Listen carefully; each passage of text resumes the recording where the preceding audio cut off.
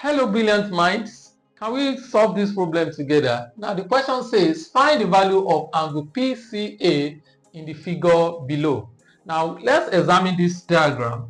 You can see that we have two tangents. Okay, we have tangent QR and PR. Now, when you have two tangents coming from an external point, okay, now the length of the tangents are equal. All right, so that means length BR equals to length CR. Okay, so in this triangle BCR, okay, we have that this angle here will be equal to this angle here. Since the sides are equal, it means it's an isosceles triangle, so the base angle too must be equal. Now, the sum of angle in a triangle is 180 degrees, so we have y plus 42 degrees equals to 180 degrees. So we have 2y plus 42 degrees equals to 180 degrees.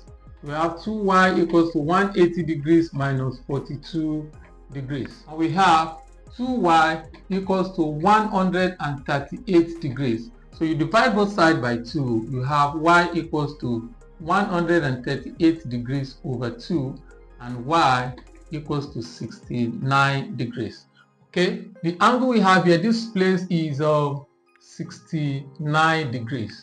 Now the total angle we have here is 80 degrees. So now to get this small angle, that's angle ABC. Okay, so we have angle ABC is going to be 80 minus y. Y is 69 degrees. So angle ABC equals to what? 11 degrees. Now let's look at the diagram now. Now angle ABC, this angle here is an alternate segment to angle ACP.